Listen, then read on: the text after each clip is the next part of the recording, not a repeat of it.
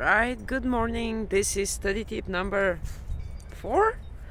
Alright, so today we're going to talk about how to use writing as an exercise and actually as an effective exercise.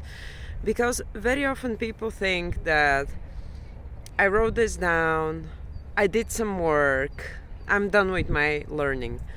And honestly, even though this is usually like a very good way to remember because most people are visual learners, sometimes it's just sort of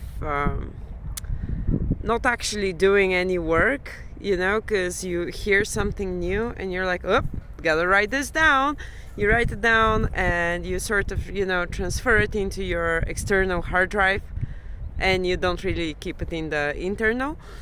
So actually my suggestion is try remembering the words, trying to focus on what they sound like first of all, practicing them a couple of times, pronouncing them a couple of times, trying to remember them a couple of times, and afterwards writing them down.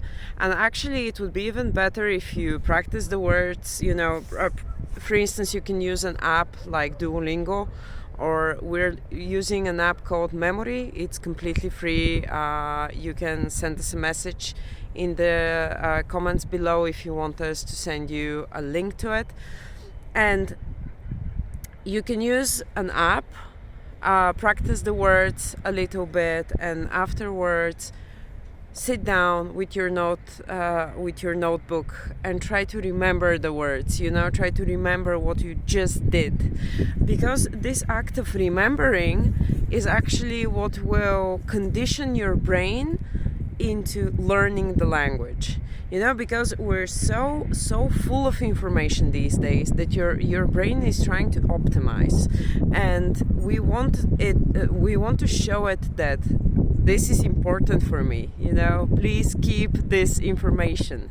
And one of the ways to do it is to let it forget and then be like, remember that word? All right, try to remember, and at some point it will start. Right? Hope that was useful. See you next Monday. Bye.